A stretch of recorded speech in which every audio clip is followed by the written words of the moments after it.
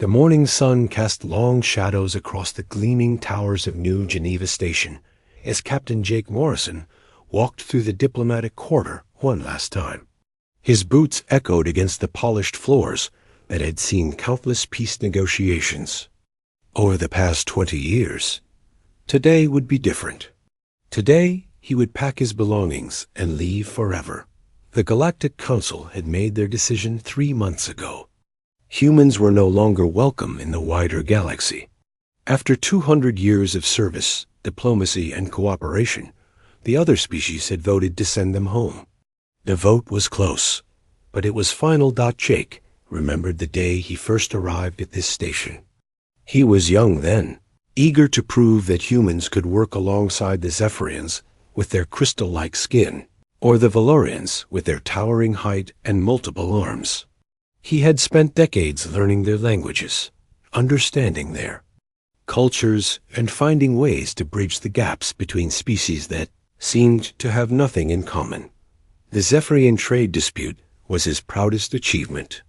Two rival factions had been on the brink of war over mining rights in the Kepler system. Their leaders refused to speak to each other, claiming the other side was dishonest and greedy. Jake had spent 6 months shuttling between their ships, carrying messages and slowly building trust. He learned that the Zephyrians expressed emotion through color changes in their crystalline bodies, something the translator devices missed completely. When he finally got both leaders in the same room, Jake made sure the lighting was just right, to show the subtle blue glow that meant sincerity in Zephyrian culture. The negotiation took 18 hours, but they reached an agreement. The mining rights were shared, and both factions prospered. More importantly, they learned to see each other as partners instead of enemies. But the Council saw things differently. Ambassador Kethmore of the Valorians had been speaking against human involvement for years. He claimed humans were too emotional, too quick to break rules when they thought it was for a good cause. During the final debate, he stood tall on his 4 legs and declared that humans were a threat to galactic stability. They do not follow proper procedures, Kethmore had said, his voice booming through the council chamber. They make decisions based on feelings rather than law. This is dangerous for our orderly society. Other representatives nodded in agreement. The Crystalline Collective complained that human doctors like Dr. Lisa Chun took too many risks when treating patients. The Andorian Trade Guild said human peacekeepers, like Commander Paul Rodriguez, were too harsh with pirates, but too lenient with refugees. Jake had watched from the gallery as Ambassador Susan Parker stood calmly at the human podium. She had served as Earth's representative for 15 years, and Jake had never seen her lose her temper or raise her voice. Even now, as species after species listed complaints about human behavior, she remained perfectly composed. When the vote was called, Jake held his breath. The numbers appeared on the great display. 847 votes to restrict human expansion and influence. 823 votes against. Humans would be confined to their home system. Their diplomatic immunity was gone. Their aid organizations would be shut down. Their peacekeeping forces had 6 months to withdraw. Ambassador Parker stood quietly as the results were announced. She gathered her papers with steady hands, nodded once to the assembled delegates, and walked out of the chamber. She said nothing. No angry words, no pleas for reconsideration, no threats of consequences. She simply left. Jake had expected protests, emergency meetings, desperate negotiations. Instead, Parker sent a single message to all human personnel throughout the galaxy. Come home. We are no longer wanted here. The evacuation began immediately. Dr. Lisa Chun closed the medical research facility on Han, Kepler 442b, where she had been working on cures for alien diseases. She transferred all her research to local doctors and wished them well. Commander Rodriguez recalled his patrol fleet from the outer spiral, leaving behind detailed security protocols for the local forces. Engineer Henry Brooks finished his maintenance work on Nexus Station and trained his replacement, a young Valorian named Korthval, who seemed eager but nervous. Jake spent his final weeks transferring ongoing negotiations to other species. The Meridian trade talks went to a crystalline mediator. The border dispute between the outer colonies was handed to an Andorian arbitrator. Each time, Jake provided detailed files, cultural notes, and personal insights that had taken him years to develop. "Are you sure this will work without humans?" asked Vel Tash, the Nexus Station administrator. As Jake prepared to leave Dot, Jake looked at the alien's worried expression. Vel Tash had worked with humans for decades and had seen how they approached problems differently than other species. Where most aliens followed strict procedures and protocols, humans had a way of finding creative solutions that no one else had considered. "You will manage," Jake said kindly. "You have all the information you need." But privately, Jake wondered if that was true. He thought about all the small things humans did that others barely noticed. The way Dr. Chun would spend extra hours with a difficult patient, trying treatments that were not in any textbook. The way Rodriguez would talk to pirates instead of just arresting them, sometimes convincing them to become honest traders. The way human engineers would jury-rig repairs that should not have worked, but somehow did. These were not things that could be written in a manual or taught in a classroom. They came from something deeper, something that made humans different from other species. Jake was not sure the galaxy understood what it was losing Dot as his ship departed from New Geneva Station. Jake looked back at the place that had been his home for 20 years. The station was still beautiful, still functional, still serving as a hub for galactic commerce and diplomacy. But something felt different now. Something important was missing. Within 6 months, every human had quietly left alien space. They took nothing that was not theirs and left behind everything they had built. Hospitals were transferred to local staff. Schools were handed over to community leaders. Businesses were sold to alien partners at fair prices. The humans said their goodbyes and simply disappeared. The galaxy breathed a sigh of relief. Finally, they could manage their own affairs without human interference. The Council congratulated itself on maintaining galactic stability and preserving the natural order.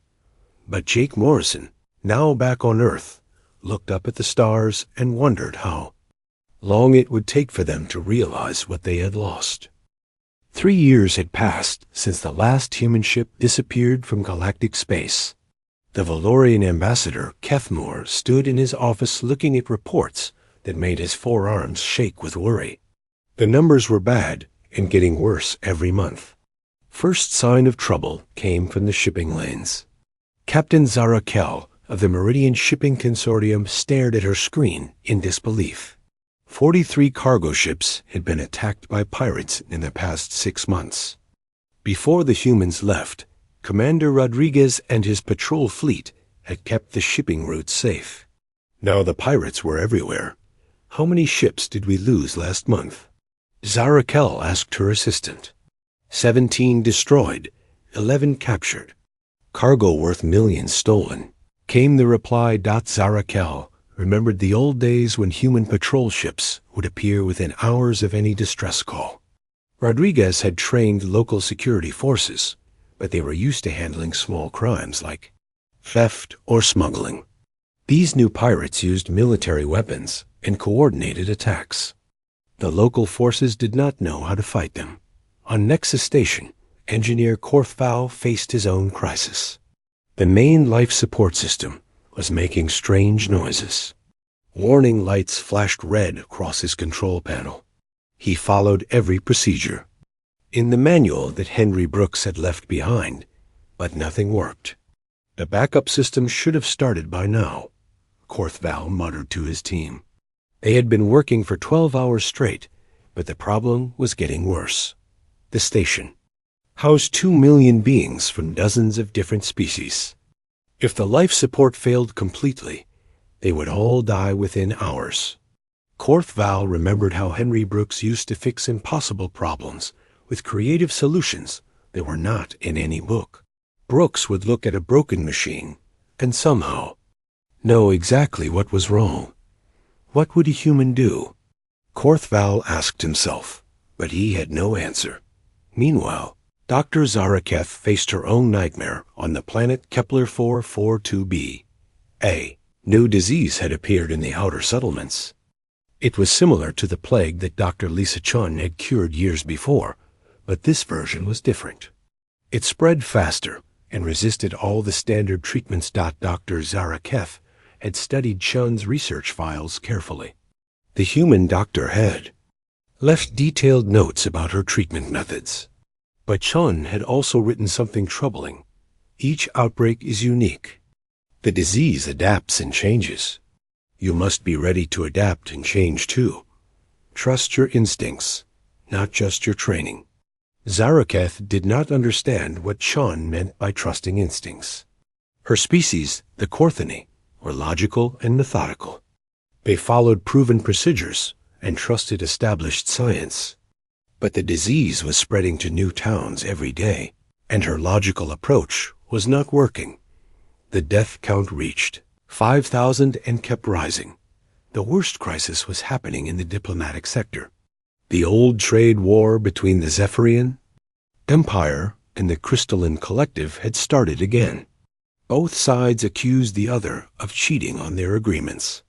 Without Jake Morrison to mediate, the negotiations were falling apart. Ambassador Kethmore had volunteered to take over the talks. He was confident that his years of diplomatic experience would be enough. But after 6 weeks of meetings, the two sides were further apart than when they started. The Crystalline Collective refuses to honor their commitments, complained Zephyrian Representative Velmore.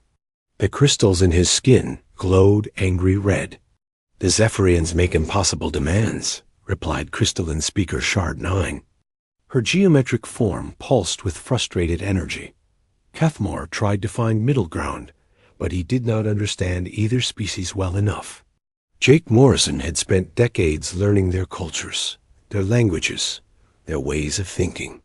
He knew that Zephyrian color changes revealed their true feelings, and that crystalline geometric patterns showed their level of trust.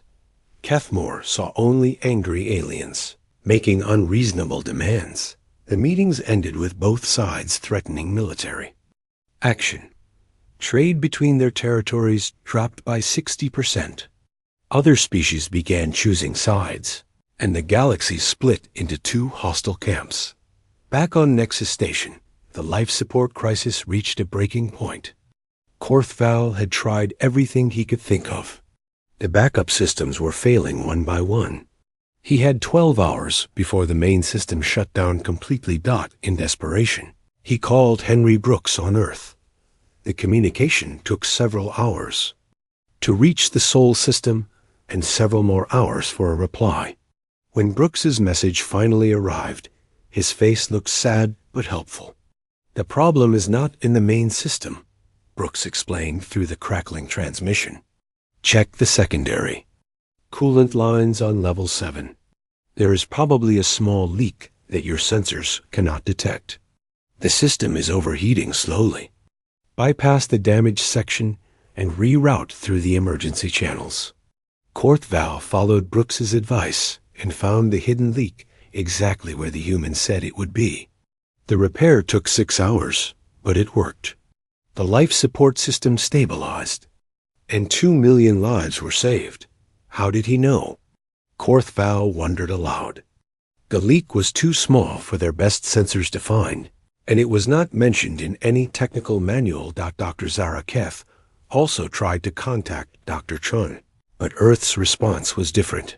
Dr. Chun is no longer available for consultation, came the cold reply. Humanity wishes you success in your endeavors. The disease continued to spread. 15,000 were now dead, and Zaraketh had run out of ideas. Her methodical approach was useless against an enemy. That changed faster than she could adapt. The piracy problem was getting worse too. Organized criminal gangs had taken control of 3 major trade routes. They demanded tribute from merchant ships and attacked anyone who refused to pay. The local security forces were overwhelmed and demoralized. As the 3rd anniversary of humanity's departure approached, the Galactic Council met in emergency session. Reports poured in from across the galaxy.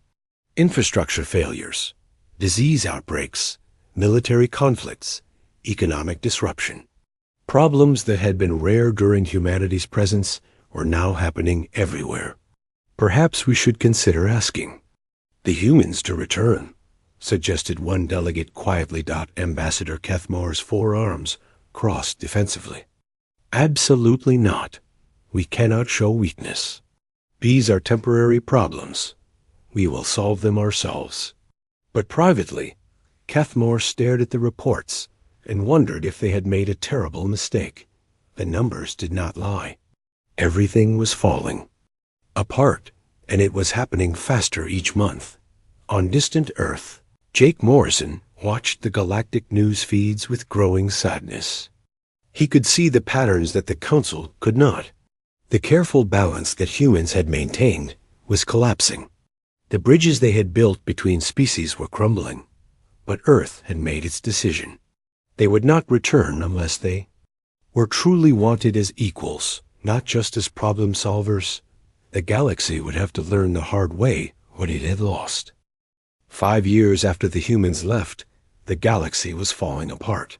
Captain Zarakel stood on the bridge of her damaged cargo ship, watching 3 pirate vessels circle her like hungry wolves. Her crew was scared, and her weapons were useless against military-grade attackers. "This is Captain Bloodfang of the Red Star Raiders," came the transmission. "Surrender your cargo or be destroyed." Zarakel had no choice. This was the 4th attack this month. The pirates had grown bold and organized.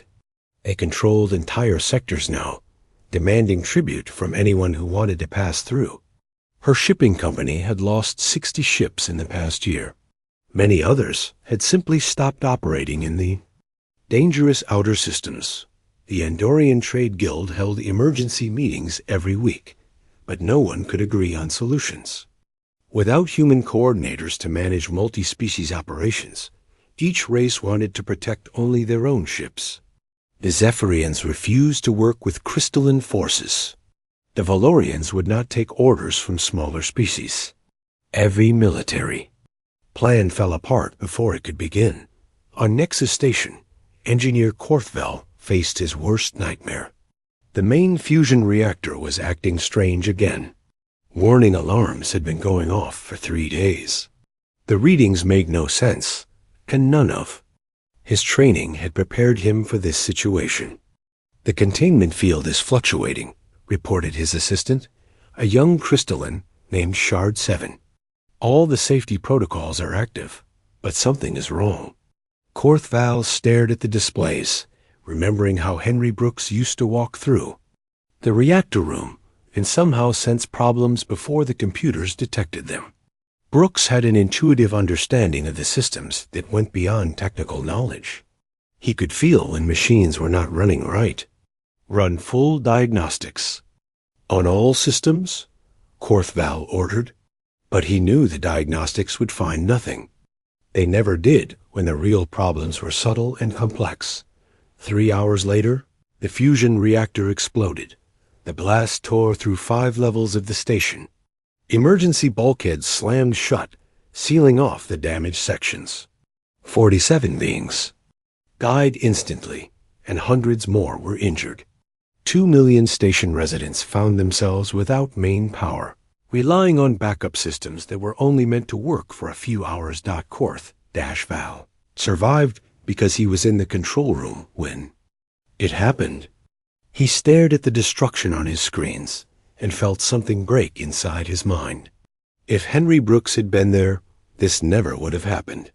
Brooks would have sensed the problem and fixed it before disaster struck. The backup power systems began failing 6 hours later.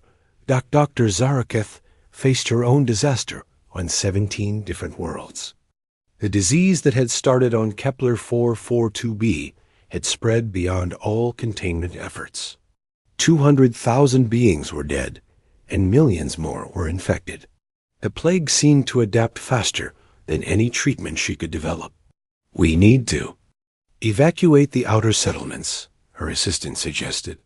"Where will they go?" Zaraketh replied. "The disease follows them everywhere. It spreads through the air, through water, through contact with contaminated surfaces. We cannot run from it." She had tried everything in Dr. Chun's research files. Every treatment protocol, every drug combination, every quarantine procedure. But Chun had written something that haunted Zaraketh. Fighting disease is like fighting a war. The enemy adapts, so you must adapt faster. Be creative. Be bold. Try things that should not work, because sometimes they do.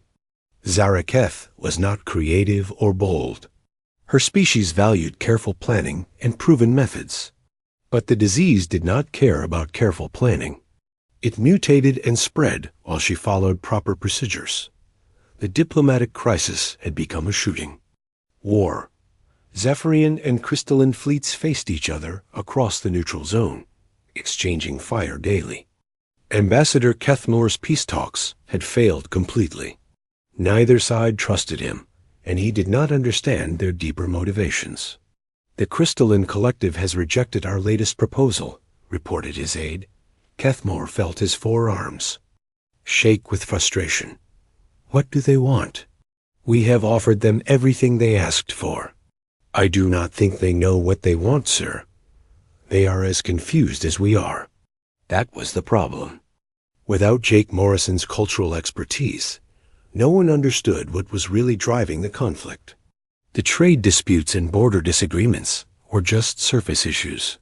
The real problems lay deeper, in ancient cultural differences and unspoken fears that only a human mediator had been able to navigate. The war was spreading.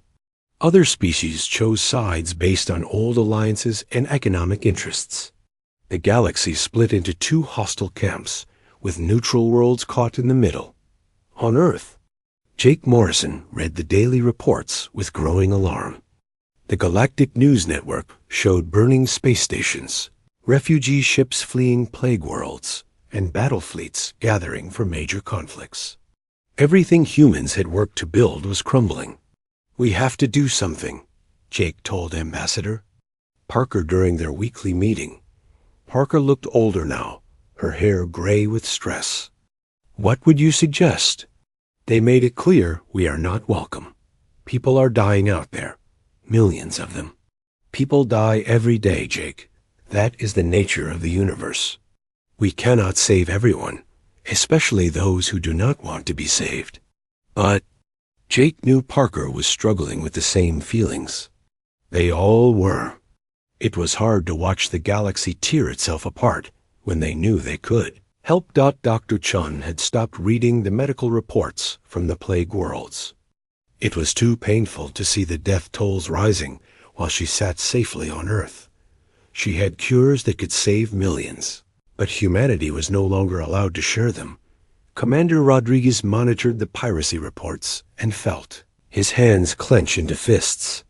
His old patrol routes were now completely controlled by criminal gangs. Innocent merchants and civilians were being murdered or enslaved while he did nothing. "The Council will never ask us back," Rodriguez said during a meeting with other former peacekeepers. "Their pride will not allow it." "Then maybe we need to make the first move," suggested Captain Foster, Rodriguez's former second-in-command. "No," Parker said firmly when she heard about the suggestion. "We tried that approach for 200 years. We were always the ones reaching out, always the ones making sacrifices for the greater good. That time is over." The debate continued. In government halls and private homes across Earth, some humans wanted to return and help, regardless of the Council's attitude. Others felt that the galaxy needed to learn its lesson the hard way. Meanwhile, the problems kept getting worse. Nexus Station disaster had been a wake-up call for many species. If a major hub like Nexus could fail so catastrophically, What about smaller stations and colonies? Infrastructure across the galaxy was aging and breaking down without human engineers to maintain it properly. Dr. Mel Carries, a Valorian xenanthropologist, began studying historical data from the past 2 centuries. What she found shocked her. During humanity's presence, interspecies conflicts had dropped by 78%. Medical breakthroughs had increased by 340%. Trade disputes were resolved 89% more efficiently. The pattern was undeniable. Humans had not just participated in galactic civilization. They had been the invisible foundation that held it together. Mel Carries published her findings, but the Council ignored them. Pride and politics mattered more than facts. The galaxy continued its downward spiral, while its leaders refused to admit their mistake. But some individuals were beginning to understand. In quiet conversations and private messages, aliens who had worked with humans began to speak the truth. The galaxy was dying without them, and everyone knew it. The question was whether anyone would have the courage to say it out loud. 8 years after the humans left, Ambassador Kethmore stood in the ruins of what had once been the greatest communication center in the galaxy. The great network, which connected all member worlds through quantum channels, was dying. Sparks flew from damaged equipment while technicians worked desperately to keep the remaining systems online. Chief Technology Officer Narration looked up from her control panel with tears in her large eyes. "We have lost contact with 47 worlds in the past week. The cascade failures are accelerating." The great network had been built by humans and Altarians working together 50 years ago. The Altarians provided the quantum technology, but humans had designed the maintenance protocols. The system required constant adjustments and creative problem-solving to handle the complex interactions between different species' communication methods. How long before total collapse? Kethmore asked. 3 months, maybe less, Narration replied. The human engineers left detailed manuals, but the real knowledge was in their heads. They understood the system in ways we cannot replicate. Without the Great Network, the Galactic Council could not coordinate responses to the growing crisis. Each world was becoming isolated, left to face pirates, plagues, and infrastructure failures alone. A piracy situation had evolved beyond simple robbery. The Outer Rim territories had declared independence from the Council, led by a coalition of criminal organizations that now controlled entire star systems. They had their own fleets, their own governments, and their own laws. Captain Vel Thor of the Council Defense Force stared at the tactical display showing rebel positions. "They have taken the Kepler Junction. That cuts off supply lines to 12 member worlds. Can we retake it?" asked General Korth Prime. "With what forces?" "Half our fleet is protecting the core worlds from plague refugees. The other half is trying to keep the Zephyrian crystalline war from spreading. We have nothing left for offensive operations." The military leadership fell silent. Without human peacekeeping expertise and diplomatic coordination, their forces were scattered and ineffective. Each species protected only their own interests, making unified action impossible. Dr. Zara Keth sat in her laboratory, surrounded by data screens, showing the spread of death across 100 worlds. The plague had mutated 17 times since it began. Every time she developed a treatment, the disease adapted and became stronger. The death toll had reached 50 million and showed no signs of slowing. Her assistant brought her another report. "The outbreak on Centauri 7 is completely out of control. They are requesting immediate evacuation of all remaining population." "Where will 2 million refugees go?" Saraketh asked wearily. "Every ship they board becomes a new vector for transmission. Every world that accepts them risks infection." She had tried contacting Dr. Chun on Earth dozens of times, but received only automated responses. Humanity is no longer available for medical consultation. We wish you success in your endeavors. The messages were polite, but Final. Zaraketh knew that Chun could solve this problem in weeks, maybe days. Human medical intuition, combined with their willingness to take calculated risks, had produced miracle cures throughout galactic history. But pride and politics kept that help beyond reach. The council met in emergency session as reports poured in from across the galaxy. Infrastructure failures, military defeats, economic collapse, social breakdown. The civilization they had built over thousands of years was crumbling in less than a decade.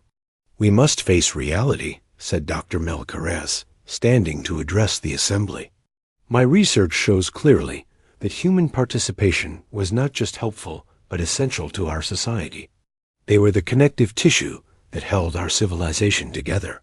Several delegates hissed or clicked their disapproval, but Melcarez continued. "In 8 years, we have lost more progress than we made in the previous century. Without humans, we are failing as a galactic community." "The humans were the problem," Kethmore insisted, his 4 arms gesturing angrily. "They disrupted our natural order with their emotional decision-making and rule-breaking." "What natural order?" Melcarez shot back. "Pirates controlling trade. Roots, plagues spreading unchecked, wars breaking out between our oldest allies. Is this the order you prefer?" The debate continued for hours, but the conclusion was unavoidable. The Council authorized Operation Reconnect, a desperate mission to Earth begging for humanity's return. Kethmore volunteered to lead the mission himself. Part of him still believed that humans had been the problem, but he could not deny the disasters happening around them. If swallowing his pride could save the galaxy, he would do it. The fastest ships in the fleet were assembled for the journey to Earth. They carried formal apologies, offers of unprecedented autonomy, and detailed reports of the crises facing galactic civilization. The journey would take 3 months each way, assuming the ships could avoid pirate attacks and plague worlds. As the fleet departed, many wondered if it was already too late. The great network continued to fail, cutting off more worlds each day. The plague spread to new systems, despite quarantine efforts. The rebel territories expanded their control while Council forces retreated. The journey to Earth was harrowing. Pirates attacked twice, forcing the diplomatic fleet to take longer routes through less secure space. They encountered refugee ships fleeing plague worlds, overcrowded and desperate. Several times they passed the wreckage of once prosperous trading posts, now abandoned and dark. When they finally reached the edge of the Sol system, what they found shocked them into silence. Earth was not the struggling backwater they remembered. Massive orbital habitats ringed the planet like jeweled necklaces. The moon glowed with the lights of vast cities and gardens. Mars blazed with industrial centers and residential complexes housing billions. The asteroid belt buzzed with mining, operations and manufacturing facilities. But most shocking of all were the ships that met them at the system's edge. Sleek vessels of unknown design, clearly more advanced than anything in the Council fleet. And they were not crewed by humans alone. Captain Amy Foster appeared on their communication screen, flanked by beings they had never seen before. One was clearly aquatic, with blue-green skin and gill slits. Another seemed to be made of living crystal, but different from the crystalline collective. The third appeared to be pure energy, shifting and flowing in a humanoid shape. "Welcome to the Sol system," Captain Foster said politely. "I am Captain Foster of the Earth Defense Force. You are representatives of the Galactic Council, I assume?" Kethmore struggled to find words. Yes. We have come to speak with your leaders about the current crisis in Council space." "You are welcome to visit," Foster replied. "But you should know that Earth is no longer interested in Council membership. We have found better partners." The diplomatic fleet was escorted to Earth orbit, where even more surprises awaited them. The planet below was a garden world, more beautiful than they remembered. But surrounding it were structures that defied understanding, built with technologies that seemed decades ahead of anything they knew. As their shuttle descended toward the surface, Kethmore felt a growing dread. They had come to offer humanity a chance to return and solve their problems. But it was becoming clear that humanity had moved far beyond the galaxy they had left behind. The question was no longer whether humans would help save galactic civilization. The question was whether galactic civilization had anything to offer humanity in return. Landing on Earth, Kethmore prepared to discover just how much the galaxy had lost when they chose pride over partnership. The conversation ahead would determine not just the fate of his mission, but the future of all the species that had once called themselves masters of the stars. The humans had departed quietly 8 years ago. Now the galaxy would learn what they had become in the silence. Kethmore stepped off the shuttle and onto Earth's surface for the first time in his life. The air was clean and sweet, filled with the scent of growing things. Above him stretched a sky bluer than any he had seen on his homeworld. But what amazed him most were the beings walking together through the spaceport. Humans worked alongside, creatures he had never encountered before. The aquatic beings moved gracefully on mechanical legs that allowed them to function on dry land. The crystal entities communicated through patterns of light that danced across their surfaces. The energy beings flickered and flowed in shapes that seemed to respond to their emotions. "Welcome to New Geneva," said Ambassador Helen Wright, approaching with a warm smile. Kethmore remembered Wright as Susan Parker's assistant years ago. Now she carried herself with the confidence of someone used to making important decisions. "This is not what we expected," Kethmore admitted, his 4 eyes taking in the bustling activity around them. 10 years changes a lot," Wright replied. "Come, President Parker is waiting to meet with you." As they traveled through the city, Kethmore saw wonders that made his mind reel. Buildings that seemed to grow like living things, their walls covered with plants that purified the air. Transportation systems that moved silently without any visible power source. Parks where human children played with young beings from 3 other species, all laughing together in a universal language of joy. "How many species live here?"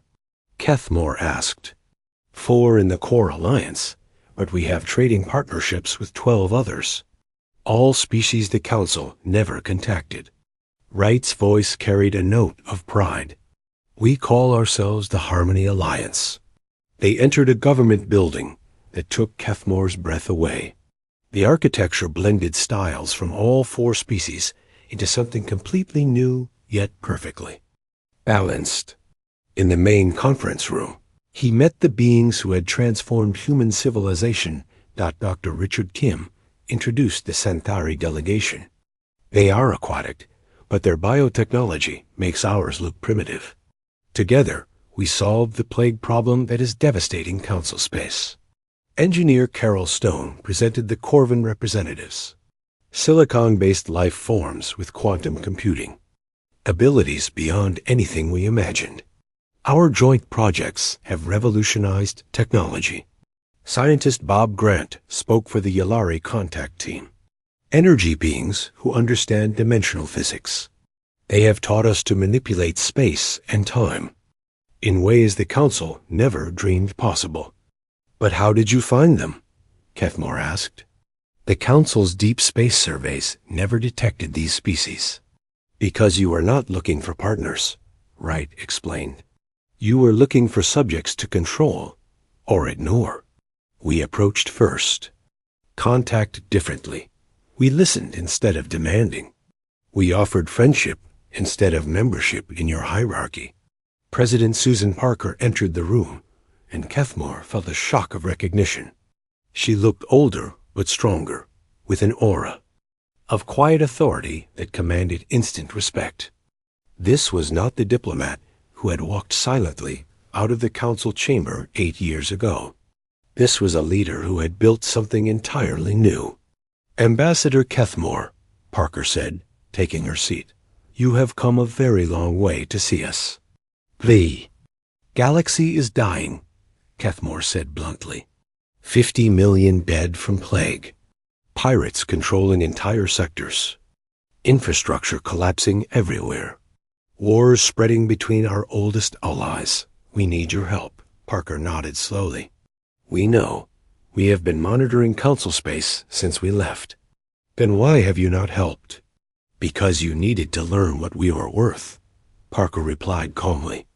For 200 years, we served as your mediators, your doctors, your engineers, your peacekeepers. You took our services for granted and treated us as useful tools rather than equal partners.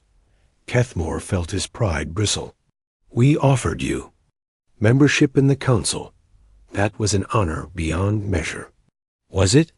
Dr. Kim leaned forward. You allowed us to solve your problems, but never to help make decisions. You used our innovations, but gave us no credit. You benefited from our sacrifices, but complained when we showed initiative. Admiral Steve Murphy, the former Commander Rodriguez, activated a holographic display.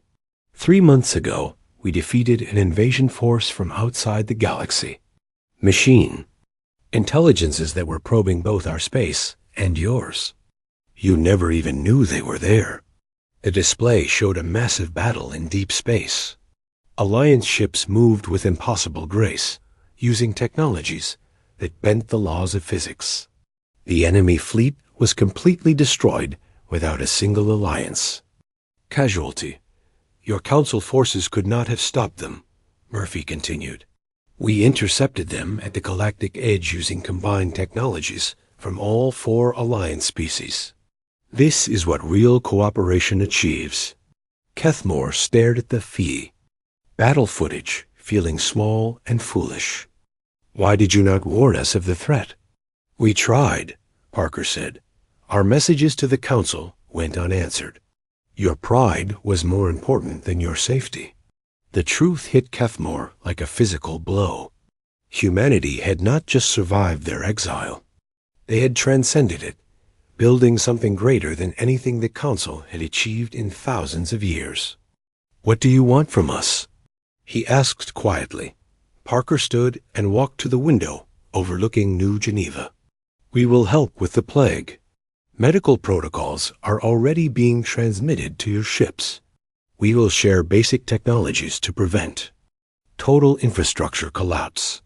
But the Council, as it existed, is finished. What do you mean? Your hierarchical system breeds the problems you face. Species competing instead of cooperating. Pride preventing necessary cooperation. Fear of change. Stopping innovation. Parker turned back to face him. When you are ready to join a true galactic civilization based on equality and mutual respect, contact us. And if we refuse, then you continue on your current path until there is nothing left to save. Dr. Kim handed Kethmore a data crystal. Treatment protocols for 17 plague variants. Security strategies for organized piracy. Engineering solutions for common infrastructure failures. Enough to buy you time while you decide what kind of galaxy you want to live in. As Kethmore prepared to leave, Parker offered one final thought. You expelled us because you thought we were too emotional, too willing to break rules for the greater good. But emotions like compassion and empathy are not weaknesses. They are the foundation of true civilization. The diplomatic fleet departed Earth with mixed feelings. They carried the tools needed to address their immediate crises, but also the knowledge that humanity had moved far beyond their reach. During the long journey home, Kethmore studied the data Crystal had provided. The solutions were elegant and creative, combining multiple approaches in ways that no single species would have considered. It was a perfect example of the collaborative thinking that had made humans so valuable. More importantly, it showed what the galaxy could become if they learned to work together as true equals, rather than competing rivals. When the fleet finally reached Council space, they found chaos waiting for them. The great network had collapsed completely. Wars raged across 3 sectors. The plague continued to spread despite quarantine efforts, but now they had hope. The human solutions worked exactly as promised. Plague treatments that adapted to new mutations. Infrastructure repairs that prevented cascade failures. Security protocols that turned pirates against each other. Slowly, carefully, the galaxy began. To heal Dot, and in quiet conversations across 1,000 worlds, beings who had once worked with humans began to share a new dream. A dream of a galactic civilization built on cooperation instead of competition, on mutual respect instead of hierarchy, on the understanding that true strength came from unity rather than dominance. The humans had departed quietly 8 years ago, but their greatest gift to the galaxy was not their return, but the lesson they had taught through their absence. The question now was whether the galaxy had learned that lesson well enough to deserve a second chance.